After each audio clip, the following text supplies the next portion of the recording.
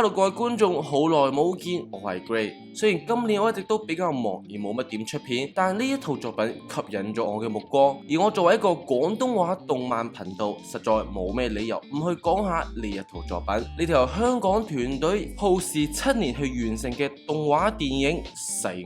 不過喺正式進入點評環節之前，對於呢套可謂香港動畫界里程碑一般嘅作品，先允許我對所有製作人員獻上 respect。其實喺呢套作品上映前後都可以見到有唔少人會拎該作去同日本嘅動畫電影做比較，雖然無可厚非，但我又覺得冇必要去過於同人哋嗰種已經係成個相當完善嘅業界去做極端嘅比較。我認為的確日本動畫嘅品質可以係我哋嘅目標，但都冇必要以此去成為貶低本地創作嘅原因。世外呢套作品喺克服百般難關終於得以上映，已經令我對其中嘅所有製作人員重新感到尊敬，更喺安石國際動畫影展入圍闖入國際，令世界關注到呢一套嚟自香港嘅作品，更加係令人驕傲。希望世外會成為先驅者，更多嘅香港動畫會如雨後春筍一般出現啦。都請大家務必入場多多支持本土製作啦。好啦，前言到此為止，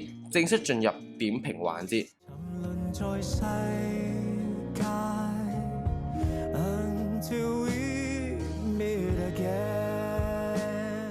前半會係關於動畫嘅畫面同製作上嘅冇劇透睇法，後半就會係涉及劇透嘅劇情感想啦。咁就先由作品嘅畫面呈現開始啦。世外嘅整體製作我認為非常 impressive 嘅，尤其係美術風格上我非常中意，低調內斂但卻充滿特色，有種繪本嘅感覺，唔會過於刻意去標榜所謂嘅本土特色。其實世外呢個地方嘅設定俾我嘅感覺同 Soul 係有少少相似，不過係用咗東亞美學嘅方法去呈現，令到世外呢個地方的確係有住獨一無二嘅韻味，當中可以感受到創作者喺平衡上嘅拿捏。而作畫方面，分鏡演出上就冇話有咩令人特別眼前一亮嘅機位選擇同埋表現手法啦，整體屬於中規中矩，不過不失。反而係打戲嘅表現意外唔錯，黑天嘅幾段打戲其實都真係幾好噶，係屬於睇嘅過程中有超出我意料嘅部分。不過電影中後期可以感受到 CG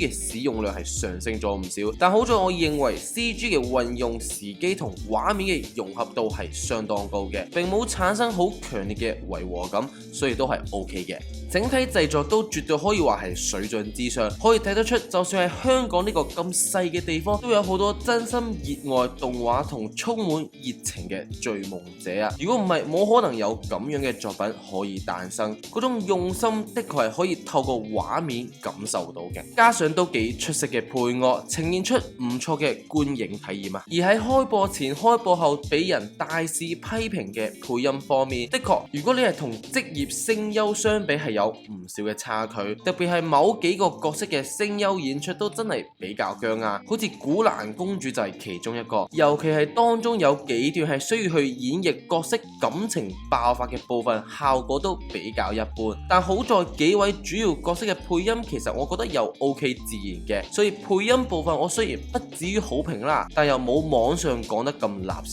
嘅，屬於啱啱好合格啦。好啦，以上就係我對於製作上嘅睇法，然後就係關於故事同劇情上嘅睇法啦。涉及劇透，如果未睇嘅觀眾還請斟酌觀看。首先講下我對於故事世界觀同設定嘅諗法。其實我係完全可以感受到呢個劇本同設定嘅魅力同潛力所在。以小妹同小鬼相遇到定下約定作為故事嘅開端，去開啟一個跨越1000年嘅宏大故事，從中可以去以一段段嘅人生探討人性嘅善惡，去剖解同定奪善惡嘅環境同立場係幾咁脆弱，做以時間嘅跨度去探討時間變天下、人類文化嘅改變以及不變嘅地方，係一個可以講出非常有厚度嘅故事。而作品上嘅表現，我都認為世外並唔係一套完全以商業角度去創作嘅作品，可以感受到的確有住導演想去傳達嘅內涵喺度，但想表達出以上幾點需要嘅固然就係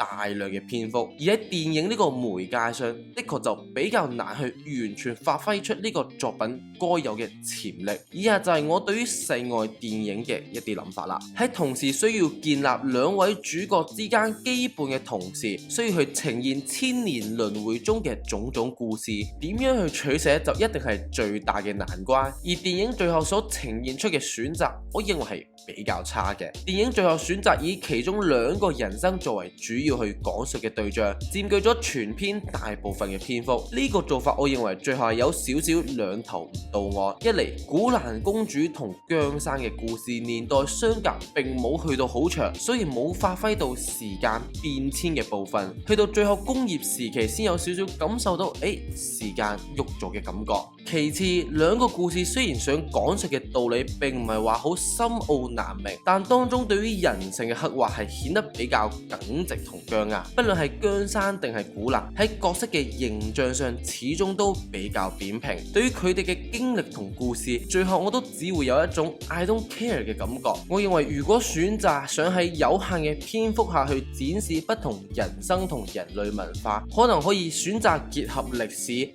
展示喺人類史上某啲大事件下不同人生所見到嘅景色，再去構合作品嘅主題，相信更加可以有記憶點同引起觀眾嘅共鳴。依家就會俾我一種係隨機揀咗兩個人嘅人生，就算冇好好發揮到作品應有嘅優勢同潛力啊。而呢兩個故事佔據大部分嘅篇幅，就引致咗我認為係全作最無法去忽視最致命嘅缺點。呢兩個故事大大壓榨咗本身兩位主角嘅刻畫空間，直接導致咗小妹同小鬼之間嘅刻畫實在係過於薄弱。明明作品一直係以千年之約作為賣點去宣傳，故事如何去展現呢段漫長時間嘅重量同當中所背負嘅羈絆，將會直接左右作品後段高潮部分能唔能夠打動觀眾嘅重點。實際作品近乎係冇去展現出小鬼小妹之間嘅點滴，至少我係比較難去感受到佢哋兩個對於彼此有咩如此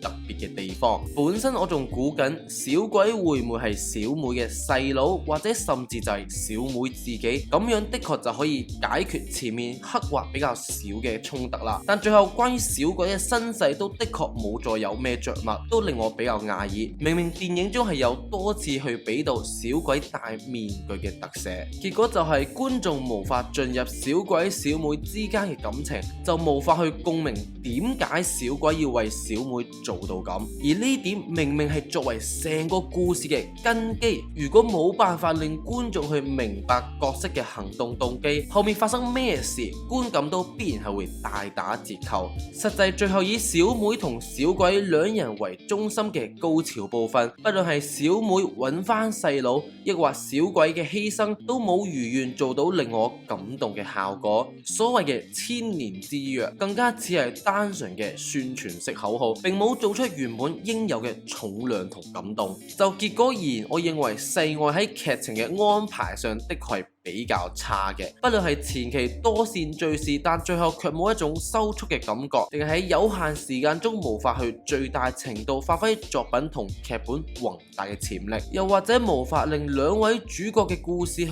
觸動觀眾，都可以話係相當可惜。其實我會覺得，反正電影嘅長度本身就已經比較難去講述千年輪迴中嘅種種經歷，倒不如將精力放喺小妹同小鬼之上，反而可以喺打煽情牌上令觀眾有所動容。最後喺改編上的確係冇太多可以令我有所稱讚嘅地方。好，以上就係我對於世外成套作品嘅睇法啦，包括製作方面、影響力方面同劇情方面。不過我都希望大家俾多啲鼓勵，當然並唔係話咩因為係本土製作就只可以一味稱讚。不過我覺得批評時並非一味貶低，而係提出真正嘅諗法同建議，大家一齊去揾出問題所在，咁樣先係令到本土動畫得以進步嘅不二法門。最後再次希望未來可以見到更多呢一種香港製作嘅動畫面世。今日嘅影片就到呢度，我哋下次再見，拜拜。